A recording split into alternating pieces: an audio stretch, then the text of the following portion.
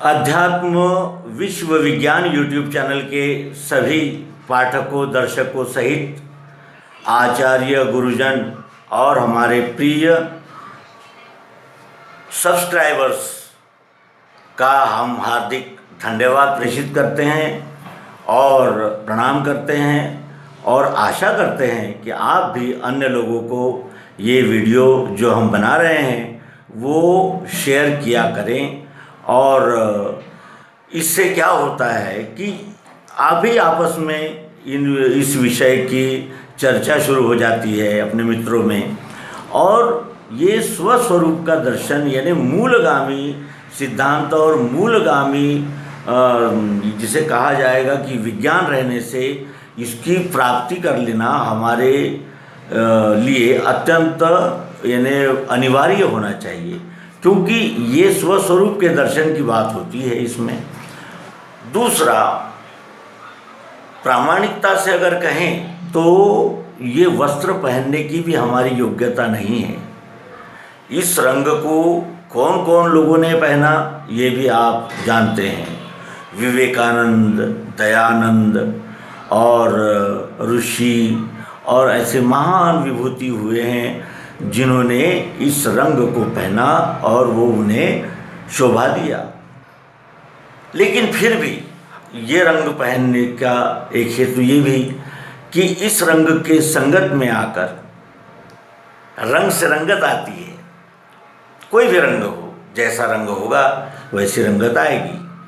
और ये इस तरह इस लालच में कि हमें भी रंगत आ जाएगी, हमने ये वस्त्र पहना है। अब रह गई बात आचरण की, तो हम क्या करने वाले हैं या हम क्या कर रहे हैं ये हमें कौन बताएगा? आप बताइए, कौन बताएगा ये क्या करना चाहिए और क्या उचित है और क्या अनुचित है? ये तो स्वयं ही तय करना है कि क्या उचित है और क्या अनुचित है। हम क्या करते हैं ये हमसे बेहतर और कौन जानता है। और ये जो कुछ भी यानी एक प्रकार की एक जो मूवमेंट है, ये जो एक प्रकार की एक चळवळ जो जिसे कहा जाएगा मराठी में, ये एक मूवमेंट की तरह ये इस विश्व के प्रत्येक मनुष्य के आगे ये सिद्धांत रखे कि ये हम यानी स्वरूप और ये यानी जिसे कहा जाएगा कि अपना ही, जैसे हम दर्पण में देखते हैं, हम ही होते हैं ना। और दर्पण अगर हम नहीं है तो दर्पण में कुछ भी नहीं दिख सकता, और दर्पण नहीं है तो हम भी नहीं दिख सकते, हम स्वयं को भी नहीं दिख सकते। इसी तरह ये आईना है सद्गुरु युक्ति, और इसका प्रसार प्रचार करने का कार्य हम कर रहे हैं।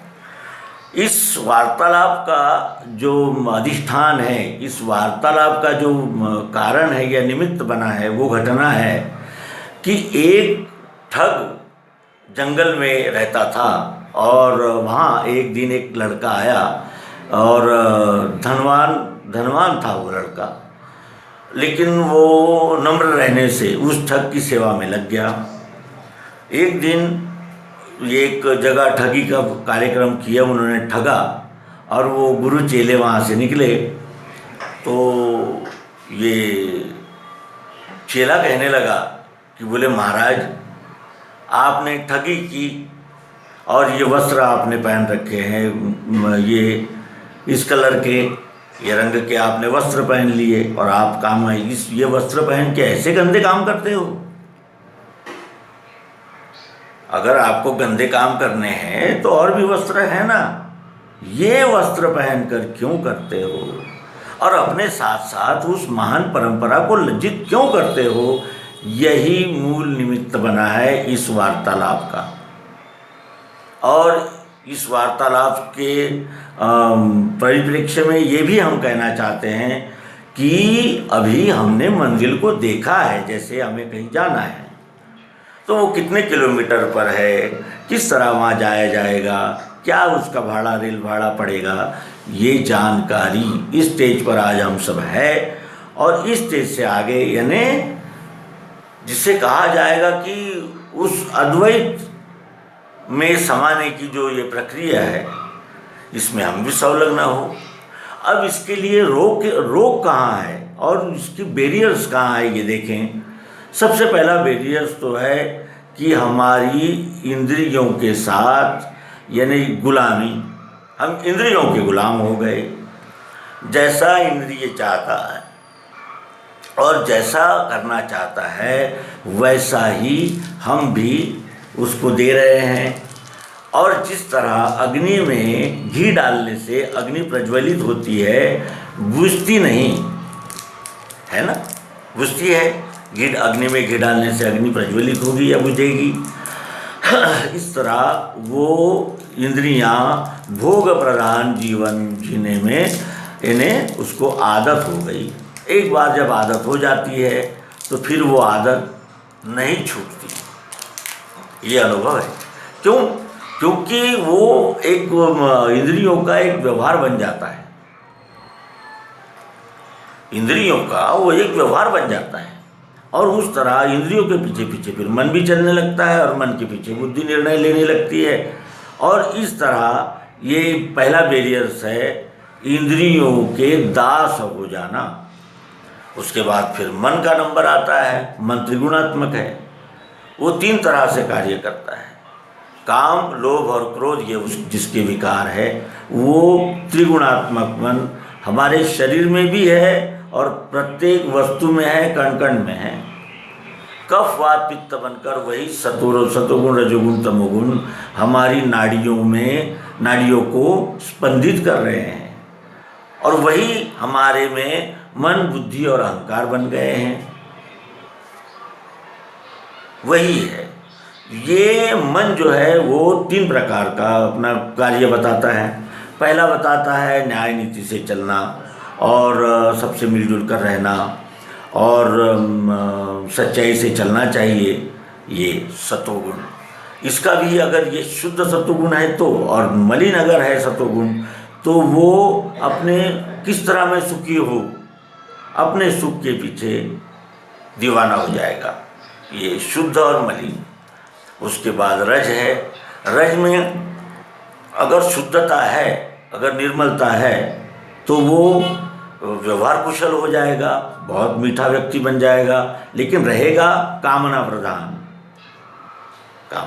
रहेगा। और वही अगर मलिन हो गया तो वो शोषण का कार्य करेगा, अधिक से अधिक खींचने की, अधिक से अधिक पर पीड़ा देने की और यानी उच्छृंखलपना करने की।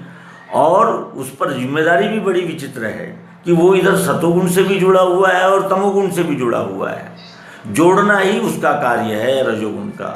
इससे ये कामना प्रधान जीवन और मनमानी वृत्ति और भोग लिप्सा, ये सब उससे होते हैं। फिर आता है क्रम तमोगुण का। तमोगुण में प्रमाद होता है, मस्ती होती है, उसमें व्यसन करना और अनिर्बंध जीवन, ये उसके विकार है और उसका कार्य है सेवा। और तीसरी महत्वपूर्ण बात यह है कि जो तमोगुण है वो उसमें भले ही बहुत सारी बुराइयां हो, लेकिन एक उसमें गुण होता है तेजस्विता। अगर तमोगुणी व्यक्ति में तेजस्विता होती है और वो अगर तेजस्विता के साथ अगर इस अध्यात्म विज्ञान को समझ लेगा तो उसको तुरंत क्लिक हो जाएगा, क्योंकि ये अत्यंत सरल विद्या है। इसमें नहीं ईसा जय, न हिंदू इस्लामी, नहीं दर्शन मतपथ संप्रदाय परिणामी, जो सब नामों का अहंकार धोता है, ईश्वरी धर्म सो विश्वरूप होता है।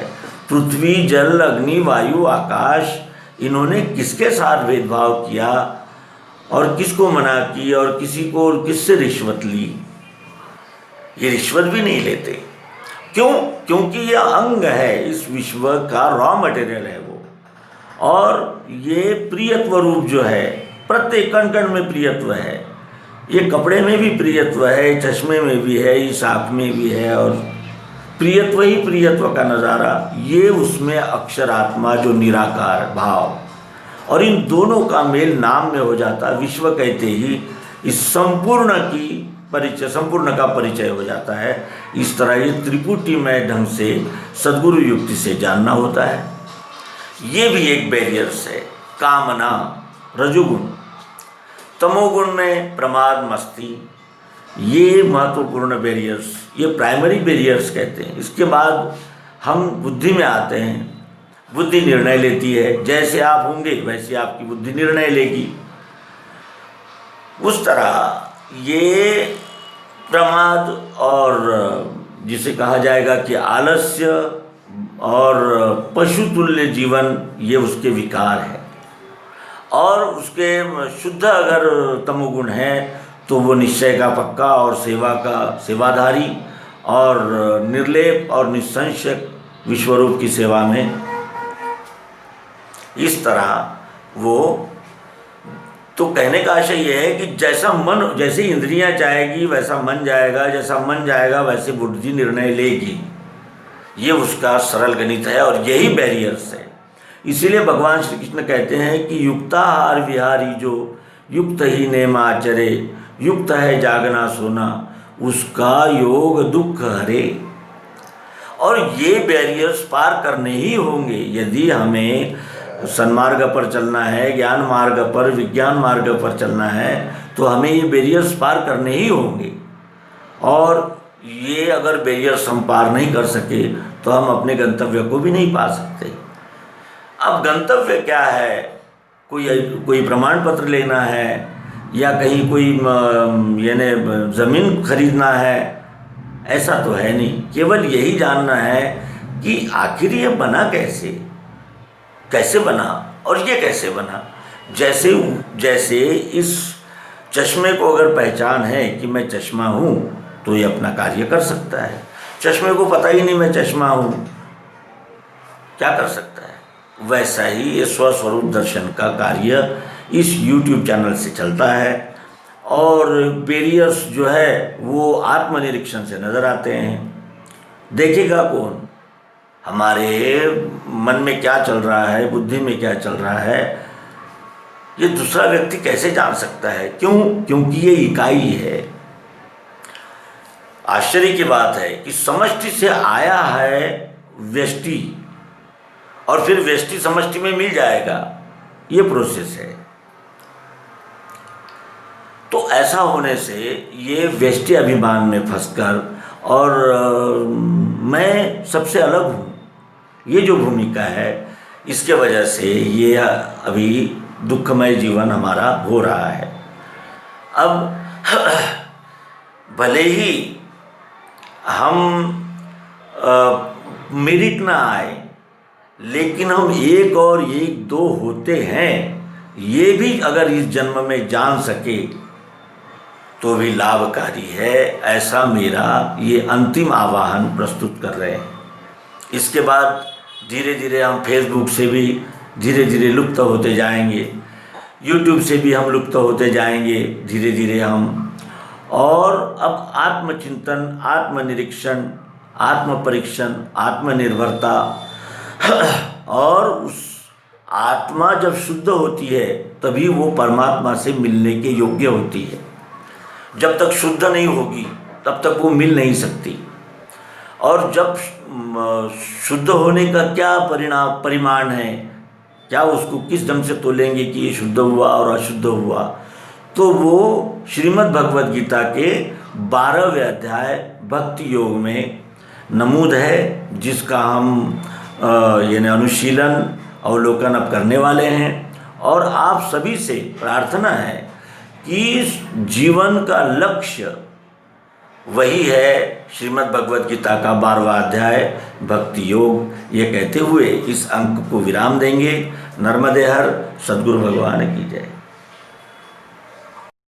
अध्यात्म विश्व विज्ञान यूट्यूब चैनल पर आप सभी भाई बहनों का हार्दिक स्वागत समादर है। मित्रों, हम 1 महीना परिश्रम करते हैं और सेवा करते हैं, तब हमें वेतन मिलता है। तो अध्याय 12वां ये वेतन है। बात वेतन की हो रही है। और इसीलिए ये अत्यंत सभी जो भी नौकर पेशा होंगे या जिन्होंने कामकाज किया होगा या सेवा के क्षेत्र में होंगे वो जानते हैं। तो तनख्वाह, पगार, पेमेंट है ये अध्याय 12वां भक्ति योग। क्योंकि भक्ति हुई, भक्ति तभी होती है। और अनन्य भक्ति और अनन्य भक्ति ये दो भक्ति के प्रकार है। हम भक्ति तो सभी कर रहे हैं, भक्ति के बगैर तो यहाँ कोई रह ही नहीं सकता। भक्ति तो करनी ही पड़ती है क्योंकि वो विश्वरूप परमात्मा है। हम अपने प्रत्येक कार्य से उसकी भक्ति ही कर रहे हैं, लेकिन अनजानी भक्ति है, वो अनजानी है, जानकर नहीं। जब जानकर हम उसकी भक्ति में लग जाते हैं तो वो अनन्य भक्ति हो जाती है। और इसी अनन्य भक्ति को प्राप्त करने के लिए अब भक्ति योग श्री कृष्ण अर्जुन को बताते हैं। अर्जुन के प्रश्न से शुरुआत है। एवं सतत युक्ताये भक्तास्त्वां पर्युपासते ये चाप्यक्षरम व्यक्तम तेषां के योगवित्तमः। इस प्रकार सदा युक्त सेवा सगुण की करे और निर्गुण जो ध्यावे, इनमें श्रेष्ठ कौन है? श्री भगवान बोले, मय्यावेश्य मनो ये मां नित्युक्ता उपासते श्रद्धया परयोपेतास्ते में युक्ततमा मतः। अब वो अर्जुन पूछता है कि यानी सगुण भाव की जो पूजा करता है और जो निर्गुण भाव को चाहता है, इनमें श्रेष्ठ कौन है? और यही बात तो संपूर्ण विश्व में मचा हुआ है। एक सगुणवादी है, एक निर्गुणवादी है। एक कहते हैं अल्लाह दिख ही नहीं सकता और एक कहते हैं कि वो कहाँ नहीं है। और फिर तीसरे पंथों से पूछो तो वो कहते हैं कि ईश्वर तो है ही नहीं। इस तरह से ये मानवता ही बढ़ गई है। अर्जुन का प्रश्न मानव की दृष्टि से देखिए कितना प्रिय प्रश्न है। और ये हमारे मुमुक्षु और जिज्ञासुओं का प्रतिनिधि है। जैसे राष्ट्र का प्रतिनिधि पंतप्रधान होता है, वैसा ही ये प्रतिनिधि है अर्जुन, धनुर्धारी अर्जुन। ये हमारा प्रतिनिधि है। ये हमारी ओर से भगवान से प्रश्न कर रहा है। उस सम्मोह के समय वो कहता है कि निर्गुण और सगुण, इनमें श्रेष्ठ कौन है? निर्गुण मानने वाला है या सगुण मानने वाला है? तो भगवान कहते हैं कि रख के मन मेरे में सगुण और निर्गुण ये दो भाग नहीं है। एक ही वस्तु का बहिरंग और अंतरंग है और इसीलिए वो दोनों अलग अलग नहीं है। उसका नाम रख देने से वो दोनों भूमिकाएं लय को प्राप्त होती है। जैसे इस तरह विश्व कहते ही उसमें क्षर भाव जो परिवर्तन हो रहा है, अक्षर भाव जो परिवर्तन नहीं हो रहा है, स्थिर है। और इन दोनों भावों का लय तो नाम में होता है, ये विश्व है।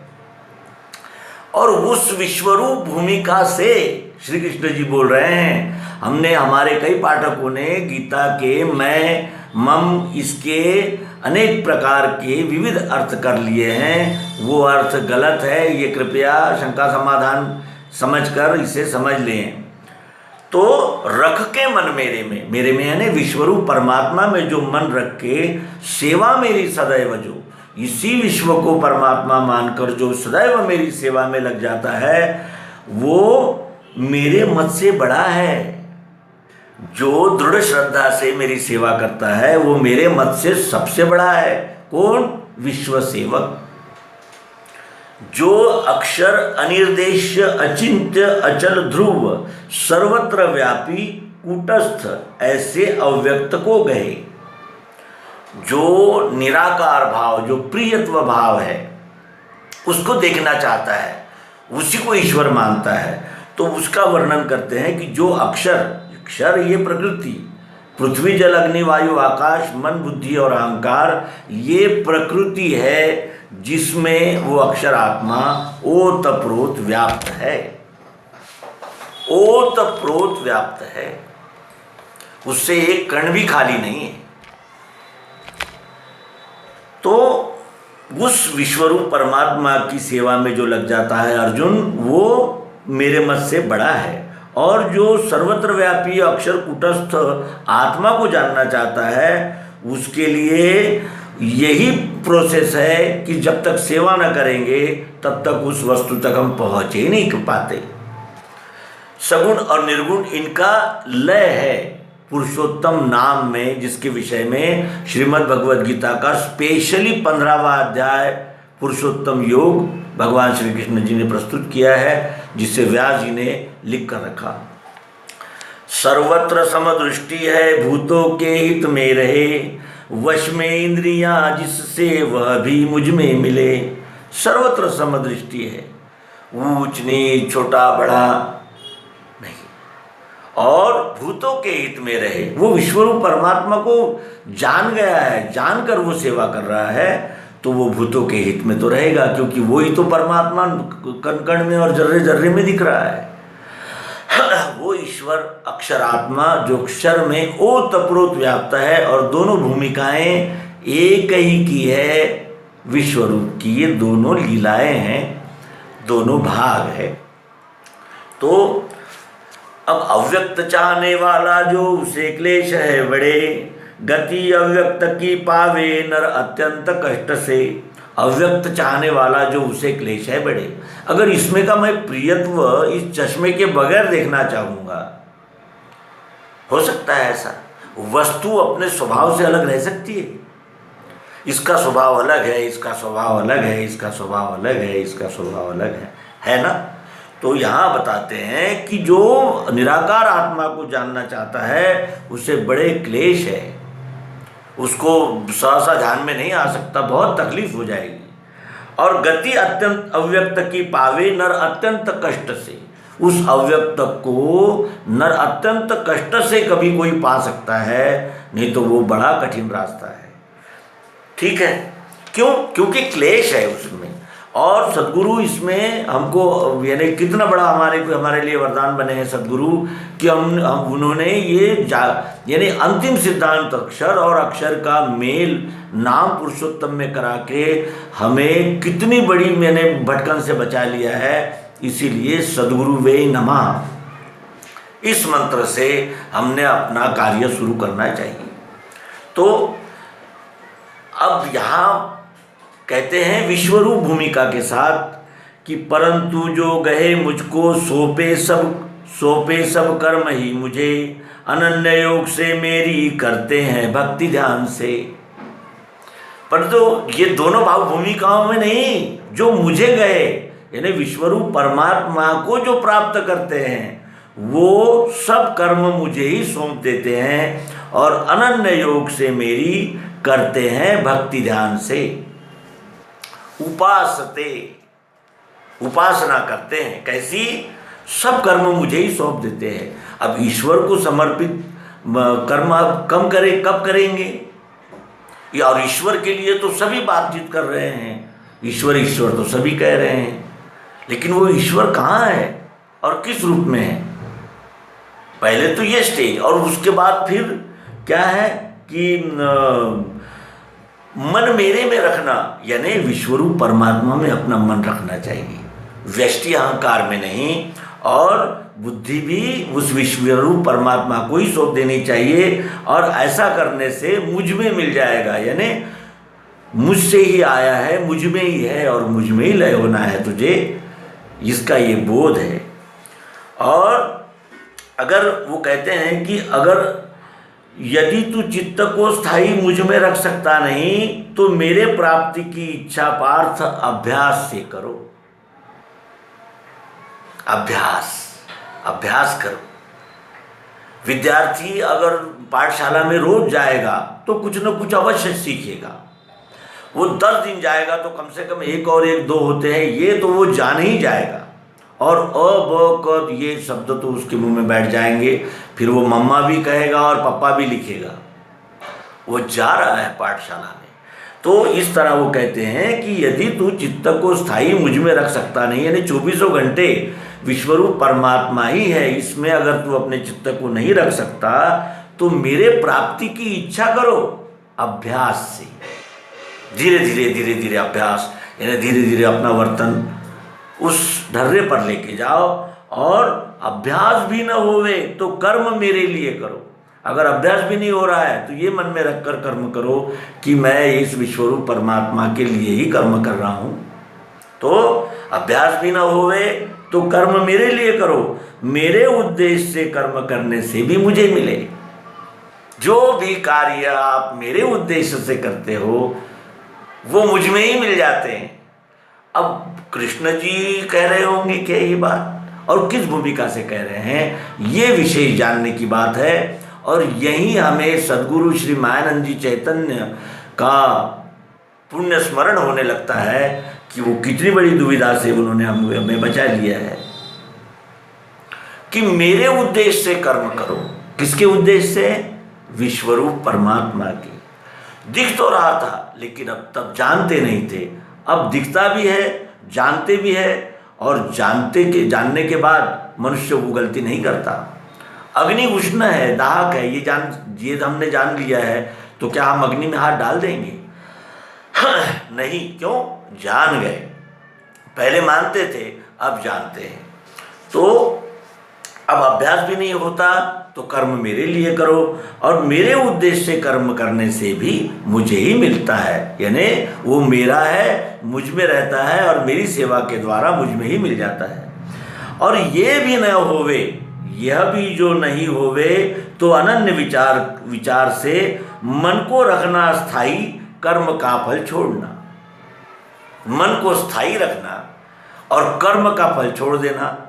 निष्काम भाव से सेवा करनी चाहिए, निष्काम यानी अपेक्षा रहित, क्योंकि हमने किया है तो वो तो हमें मिलेगा ही। अभी नहीं मिलेगा, थोड़ी देर बाद मिलेगा, वो तो मिलेगा ही, क्योंकि हमने किया है ना। कृत्य के साथ उसका फल लगा ही हुआ होता है, कर्म फल। तो इस तरह वो कहते हैं कि मन को स्थायी रखना और कर्म का फल छोड़ देना, कर्म के फल की लालसा नहीं रखना, क्योंकि सारे जंजाल जो है वो कर्म के फल के पीछे ही रहते हैं। सत्कर्म हो या दुष्कर्म हो, कर्म के पीछे फल लगे रहते हैं। तो उसके उद्देश्य से ही करेंगे तो वो शुभ ही कर्म होगा। सत्यम शिवम सुंदरम, क्योंकि हम ऐसे तो कर्म अर्पण नहीं कर सकते, सत्कर्म ही अर्पण करने होते हैं विश्वरूप परमात्मा को। आप विश्वरूप परमात्मा को दुष्कर्म भी अर्पण करते हैं कुछ लोग, तो उनका यानी प्रतिफल भी वो पाते हैं। दुर्जन, कंस, रावण और ये हरिहिरण्यकश्यपु और ये बम विस्फोट और ये सब आप जानते हैं। तो विशेष यानी इसमें विस्तार न करते हुए अब वो कहते हैं कि अभ्यास से ज्ञान श्रेष्ठ।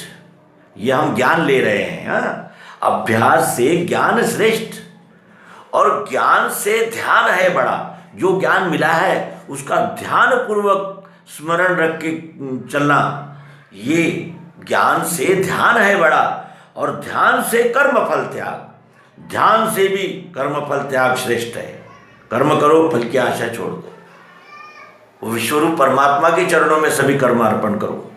और त्याग से शांति मिलती है, त्याग से शांति है मिले।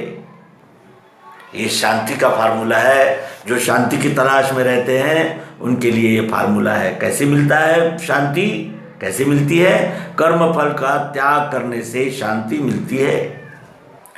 तो इस तरह हम क्रमशः भक्ति योग नामक इस अध्याय 12 का चिंतन करेंगे। और आप सभी से प्रार्थना है कि आप मन बुद्धि को साथ लेकर ये हमारा YouTube चैनल देखेंगे तो बड़ी कृपा होगी। नर्मदे।